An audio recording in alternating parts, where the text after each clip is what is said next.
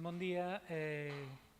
Esta comparecencia de prensa é para dar conta da reunión que acabamos de manter o secretario xeral da Confederación Intersindical Galega, Paulo Carril, e eu mesmo como diputado do BNG, co obxectivo de abordar unha cuestión que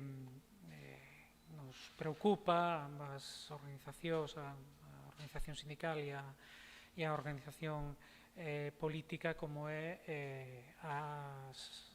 derrogación ou a demora na derrogación das reformas laborais que se produciron desde o ano 2010, desde o ano 2010-2011 e tamén da de 2012 do Partido Popular, e o incumprimento até agora dese compromiso. En todo caso, vai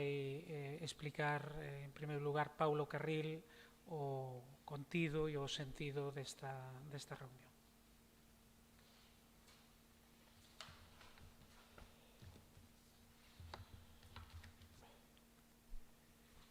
Moi bo día. En primeiro lugar, agradecer ao deputado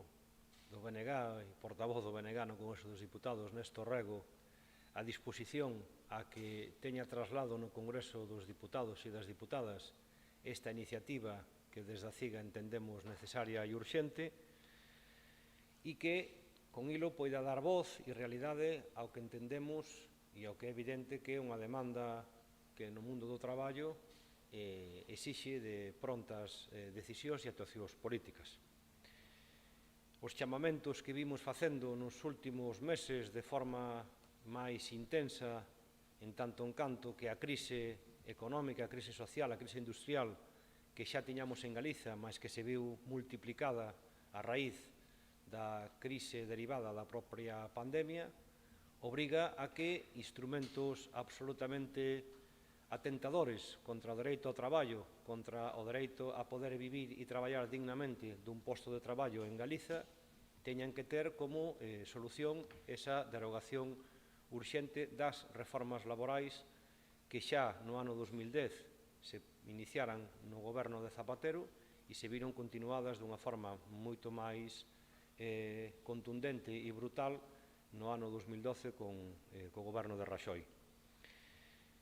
Parécenos que neste momento perder máis tempo na derogación das reformas laborais permite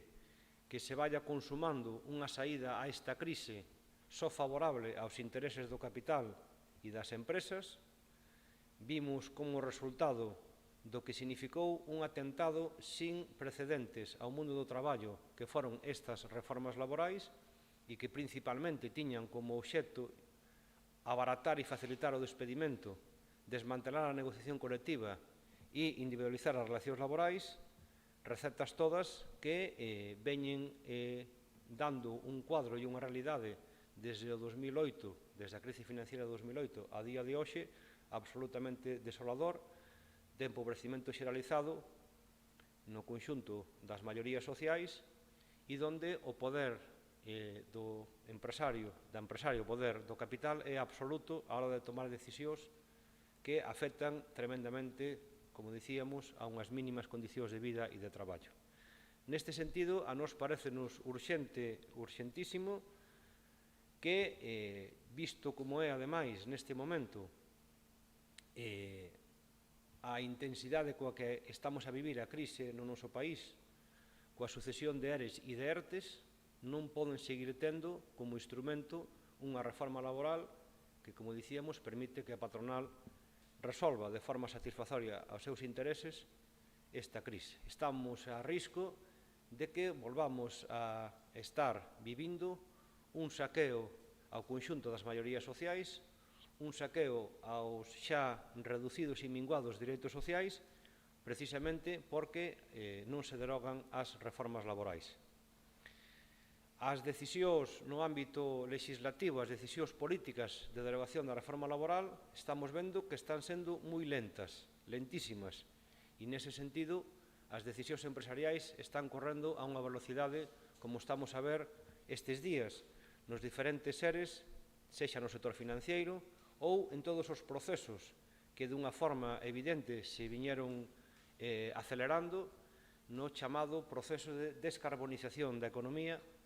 ou digitalización da economía e que están significando cambios moi bruscos no tecido productivo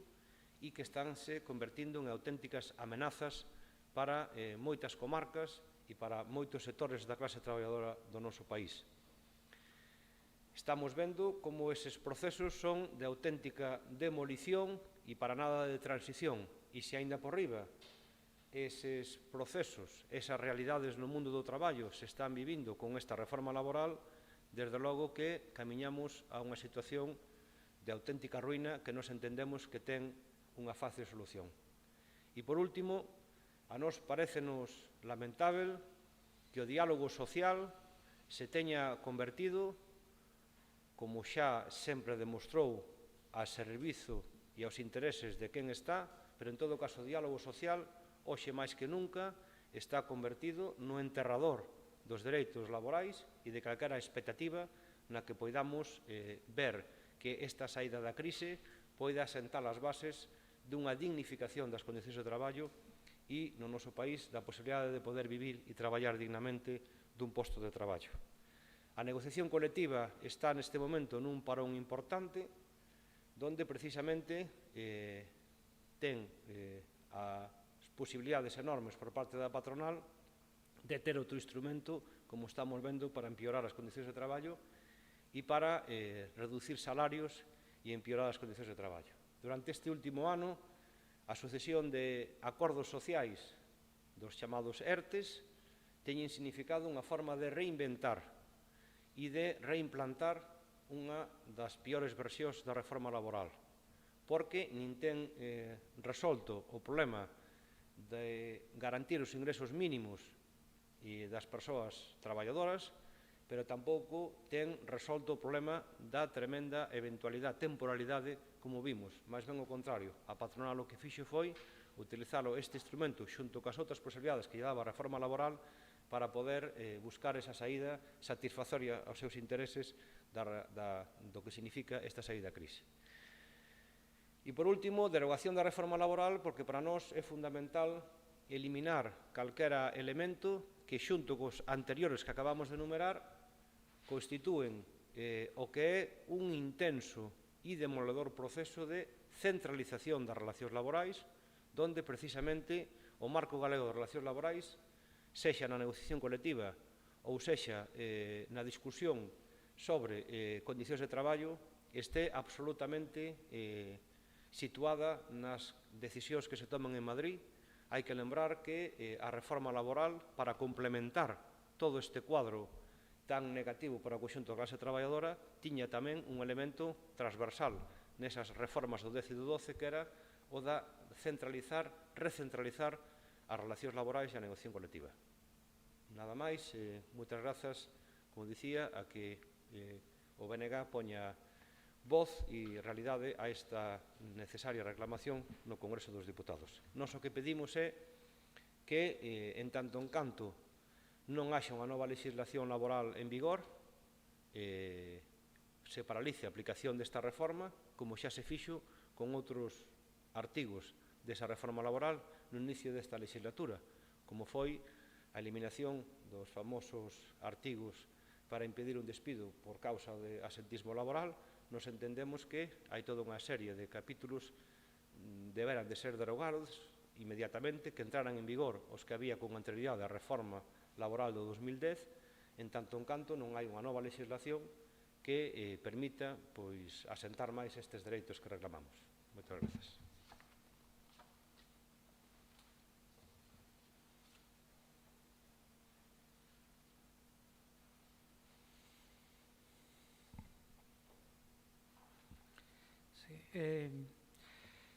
Por parte do BNG, quero tamén comezar por agradecer esta reunión co secretario xeral da CIGA e avanzar xa o compromiso noso, o compromiso do Bloque Nacionalista Galego de trasladar unha iniciativa ao Congreso dos Diputados, unha proposición non de lei para ser debatida na Comisión de Traballo e Seguranza Social do Congreso, no sentido de derrogar de forma inmediata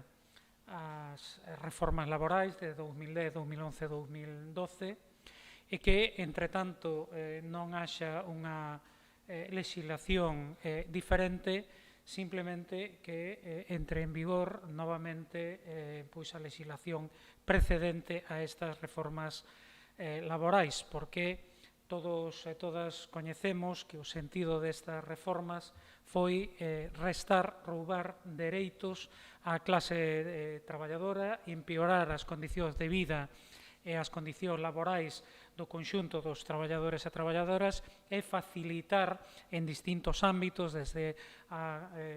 contratación, o despedimento, as condicións laborais, facilitar precisamente a posición das empresas.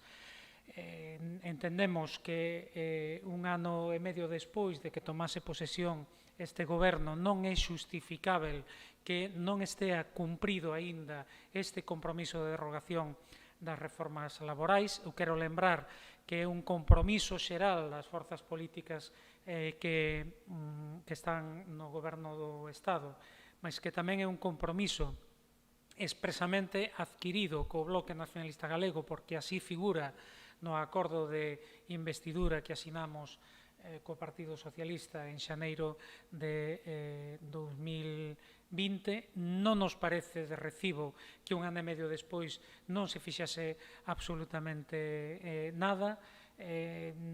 Non entendemos que ni siquiera fose tomada en consideración unha proposta parcial que realizamos xa hai meses para que se recuperase de maneira urxente, precisamente para pôr coto á situación que hoxe estamos vendo xa como evidente, que se recuperase a autorización administrativa dos despedimentos colectivos, dos ERES, e hoxe constatamos como xa pasamos claramente da fase dos ERTES a dos ERES, na industria, especialmente nun sector como o bancario, que está anunciando ERES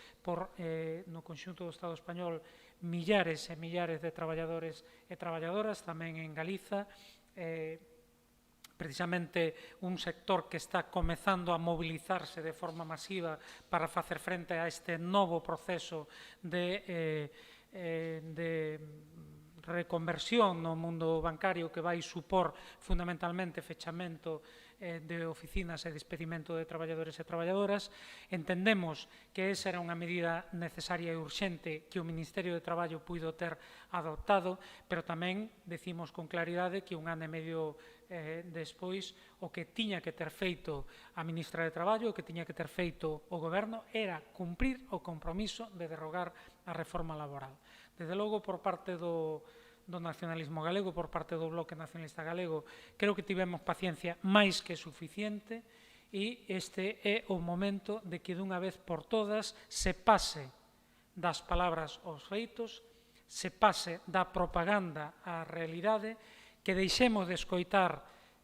promesas por parte da ministra de Traballo de que se vai derrogar a reforma laboral e se derrogue dunha vez a reforma laboral. E como non o fai o Ministerio, pois desde logo o Bloque Nacionalista Galego faraio, trasladando esta proposta da Confederación Intersindical Galega por medio, como digo, dunha proposición non de lei que consiste xustamente en que en canto non haxa unha nova normativa que poidan propornos, simplemente que se proceda á derrogación da reforma de 2010, 2011 e 2012 e a entrada en vigor da normativa anterior, co obxectivo de recuperar dereitos dos traballadores e traballadoras, de recuperar capacidade de negociación colectiva, de recuperar mesmo, como dicía, capacidade administrativa para condicionar ou autorizar os despedimentos colectivos, en definitiva, bueno, pois de sermos capaces de reverter ese proceso de roubo de dereitos que se produciu coa excusa da crise en anos anteriores e que, desgraciadamente, pois este goberno mantén aínda tanto tempo despois. Se xa unha pregunta.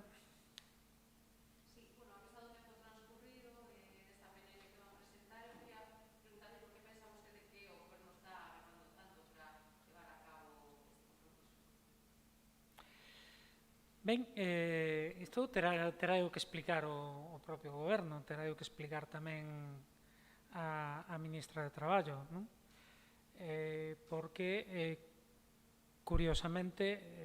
de ser un goberno con dúas forzas políticas que se comprometeran a derrogar a reforma laboral, ao fin e ao cabo, pois foi un goberno que utilizou profusamente os mecanismos desa reforma laboral do Partido Popular ao longo dos últimos tempos. Non sei se é que se senten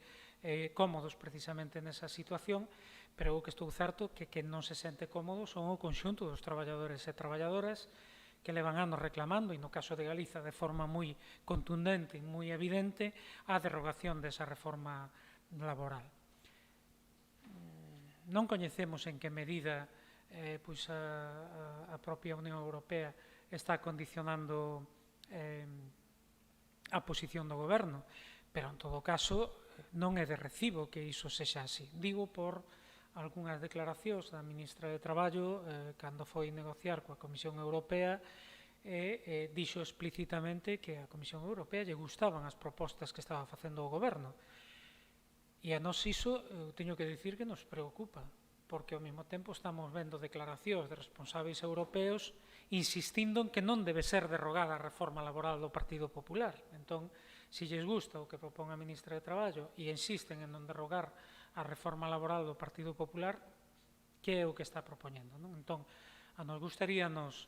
que houvese tamén máis claridade e máis transparencia nisto, non? Porque o que coñecemos públicamente son enunciados xenéricos que se formulan de maneira que poidan aparecer como positivos, modernización, etc. Pero o que está esperando a xente é concreción e, en todo caso, cumprimento dos compromisos establecidos que derrogar a reforma laboral xa. E, en todo caso, é triste, pero é así, suporía un grande avance volver a normativa laboral do ano 2010. E, polo tanto, pois, como a posición do goberno é non se trata só de derrogar, senón de sustituir por unha legislación que garante recuperar dereitos, e iso é algo que nós teóricamente podemos compartir, por tanto, tamén creo que podía ser razoável dar unha certa marxe. Cando pasou un ano e medio, creo que a marxe tamén está ultrapasada. O que pedimos é que de forma inmediata pois se recupere a legislación laboral do ano 2010, anterior á primeira das reformas, e a partir de aí pois xa se falará, non? Non sei se ti queres engadir algo ao respecto. Sí, a ver, nós estamos convencidos que a esta altura, por parte do goberno, hai unha prevalencia do que son as receitas e as exixencias que a Unión Europea ten e que, con ocasión dos fondos New Generation, digamos, reforzan esas teses de que a derogación da reforma laboral non é aceptada polo capital. Por lo tanto, iso significa que hai unha aceptación evidente por parte do goberno desa realidade. Nós xa dixemos en varias ocasións, a mesma velocidade, a mesma rapidez na que o goberno de Raxou aprobou a reforma laboral, se pode aprobar derogar a reforma laboral. E nós non dicimos que non se avance nunha nova legislación. Esta iniciativa o que pretende é poñer en valor que en tanto en canto non chega esa nova legislación,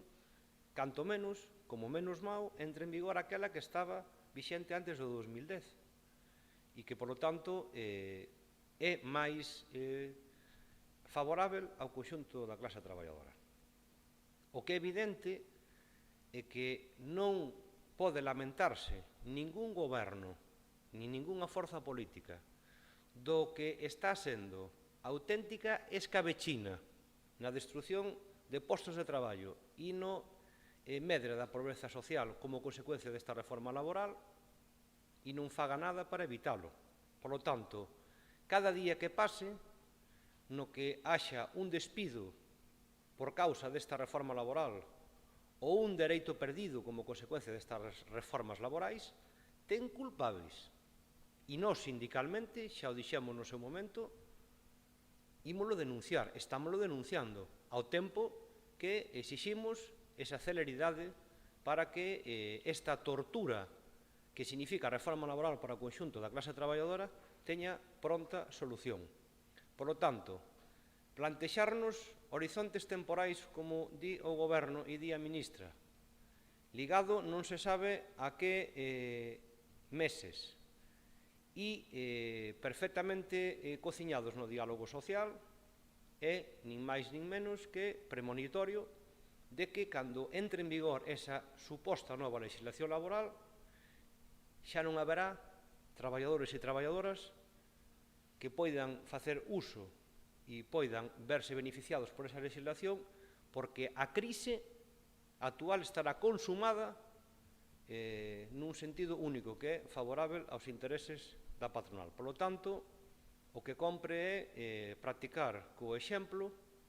e non esquecer que aquí houbo folgas xerais, que aquí houbo movilizacións e hainas todos os días,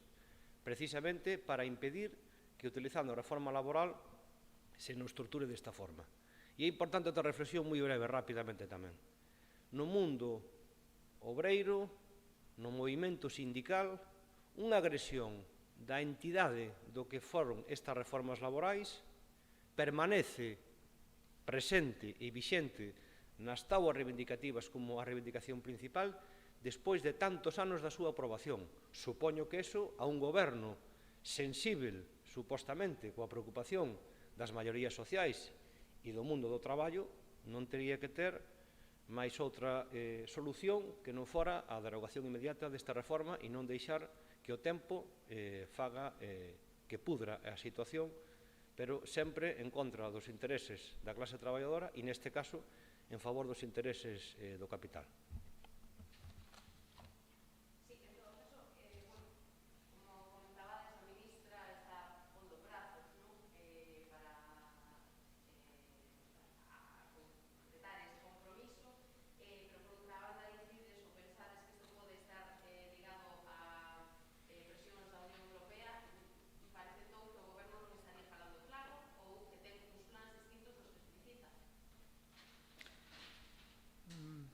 A ver, outro día un coñecido humorista gráfico do noso país, o Xosé Lois, co seu personaxe o Carrabouxo, creo que respondeu moi ben ao que nos estás preguntando, non? Estaba lendo o que o acompañaba o xornal e dicía a ministra Yolanda Díaz anuncia a derogación da reforma laboral. E o Carrabouxo expresaba outra vez. Ese, eu creo que é o retrato da cuestión. Si alguén nos pregunta cantas veces leva anunciado a derogación inmediata da reforma laboral a ministra de Traballo, creo que perderíamos a conta. Entón, por iso antes falaba de que era bon pasar das promesas aos feitos. E sería, pois creo que unha expresión práctica de compromiso que se comezase pois por unha derogación deste tipo, porque en todo caso é perfectamente posible, suporía un avance, é absolutamente rápida, podía ser inmediata, para alén de considerar que ano e medio é máis que suficiente para que houvese xa sobre a mesa outra legislación, non xa en debate, senón aprobada. Mais tempo, máis que suficiente. En todo caso, será a propia ministra que teria que explicar por que un ano e medio despois aínda isto non se produciu, non?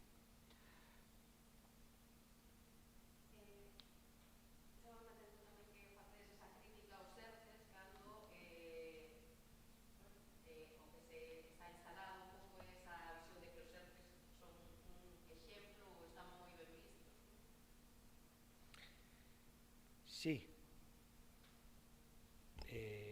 Nós, desde un primeiro momento, como CIGA, plantexamos que a solución para acometer unha solución a aquela altura de cal era o inicio da crise sanitaria era a que pior se afrontaba en favor das maiorías sociais e que ademais distaba do que a nivel de outros estados da Unión Europea se estaba levando adiante. En segundo lugar, e digo por non reiterar ir á hemeroteca das propostas que fixemos, que algúns criticaron,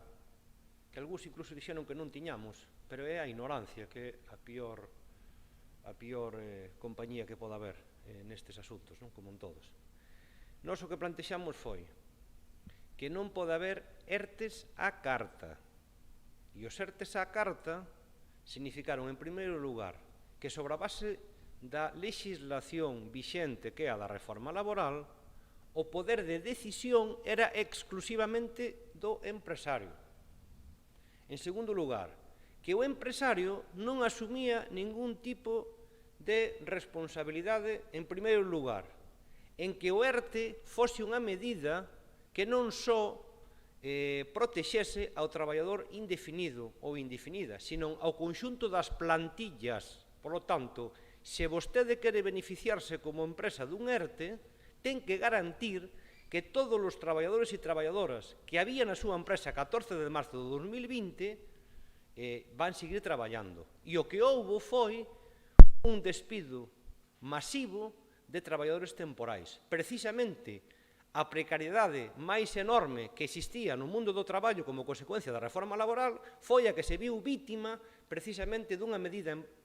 anunciada a bombo e a platillo que non tiña, digamos, a amplitude, nin era ese escudo social que se dicía, mais había propostas, porque nós fixémolas. En terceiro lugar, demostrouse nesas colas de persoas buscando alimento, donde precisamente pola vixencia da reforma das prestacións de desemprego do Partido Popular, pero tamén como consecuencia de que non se complementaban os ingresos por parte dos empresarios e íaste só a percibir do desemprego aquelo que estaba de acordo coa túa cotización, pegouse unha caída enorme nas rendas do traballo e salariais. En terceiro lugar, nós xa advertimos daquela que precisamente por obra gracia dunha reforma fiscal imposta por Aznar iba a significar que cando viñera o ano fiscal, que no que estamos, precisamente eses sectores máis damnificados pola crise, despedidos, no pior dos casos, pero cando non, acumulando moitos meses de ERTE, ao ter máis de un pagador, íbanse a topar con que iban a ter que facer abonamento de impostos en maior medida que os empresarios ou que as grandes rendas do capital. En cuarto lugar, díxose que efectivamente non se podía simultanear durante a aplicación dos ERTES outras medidas que permite o menú variado e amplio que en favor da patronal ten a reforma laboral, como son modificacións sustanciais de condicións de traballo, ou cambios de horarios, ou flexibilidades que acaban de ser totalmente agresivas. Por lo tanto, eu estou singularizando, enumerando, algunhas das propostas das consideracións que en sentido crítico nós fixemos aos acordos dos ERTES. Podo estenderme, pero dicío que prefiro que se revise a hemeroteca e se non nos proporcionámosla, as propostas que con carácter exhaustivo nos fixemos a cal debera de ser o acordo dos ERTES para que efectivamente tivera ese carácter de protección social. Por último, por certo, houbo quen nos dixo que aqueles que non entraban nos ERTES serían destinatarias da renda mínima. E nós xa dixemos daquela que a renda mínima non garantía uns ingresos mínimos públicos ás persoas sen ingresos. Desde hai moitos anos a CIGA vimos pedindo un salario de inserción laboral e social para aquelas persoas que non perciben ningún tipo de renda e que tería que ser como mínimo igual ao salario mínimo interprofesional. Por certo, salario mínimo interprofesional que non é o que temos no Estado español, senón aquel que obriga, ou aquel que recomenda, mellor dito, e que, polo tanto, debía ser unha obriga dun goberno como este, que é o que responde ao 60% do salario medio, como di a Carta Social Europea. Non sei se con iso respondín así de forma sucinta o que me dicías. Grazas. Sí, a ver, a isto non vou engadir moito máis. Eu quero lembrar tamén que o Bloque Nacionalista Galego desde o primeiro momento fixo propostas noutra dirección, non? e tamén denunciando o que moitas veces había de propaganda detrás dunha medida que non se correspondía coa realidade. Nos optamos, e aí están as propostas parlamentares, porque nos defendíamos que o que tiña que facer o Goberno era prohibir de verdade o despedimento, cousa que a pesar do que se dixo non foi así, como ben acaba de reflectir Paulo Carril, e garantir os salarios con recursos públicos que se destinaron aos ERTES, podíase efectivamente garantir o salario dos traballadores e traballadoras. Ao final otouse por unha vía que supuxo perda de traballo, perda de salario, perda, por tanto, de ingresos para o conxunto dos traballadores e traballadoras, e, como lembraba antes, ni siquiera se quixo recuperar a autorización administrativa dos ERES, ou non se cumpriu co que era un compromiso público, que era non autorizar os despedimentos. Por lo tanto, efectivamente, creo que todos podemos entender que é unha situación menos mala estar en ERTE que estar despedido, pero iso non quere dicir que fose a mellor das solucións posibles, sobre todo por parte dun goberno, efectivamente, que se di sensible coa situación dos traballadores e traballadoras. En fin, máis unha vez, pois tamén está na hemeroteca cal foi a posición que defendeu o Bloque Nacionalista Galego en relación con este asunto.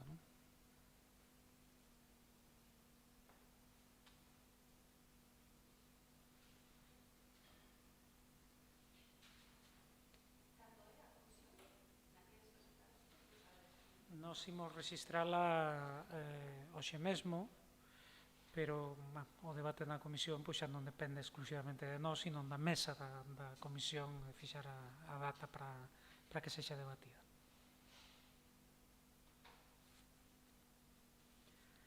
Pois nada máis. Moito obrigado. Obrigado.